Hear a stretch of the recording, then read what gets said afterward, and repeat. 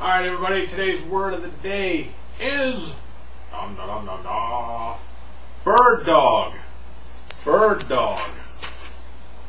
Now, bird dog is a verb, and it has two different definitions. The first one means to watch closely, and the second one means to seek out, follow, or detect.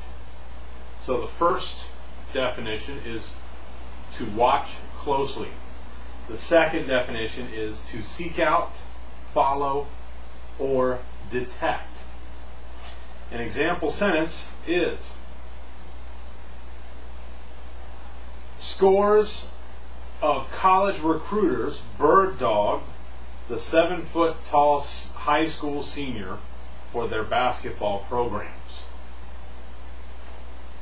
Scores of, that means many, college recruiters bird dog the 7-foot-tall high school senior for their basketball programs. Bird dog. That is the word of the day.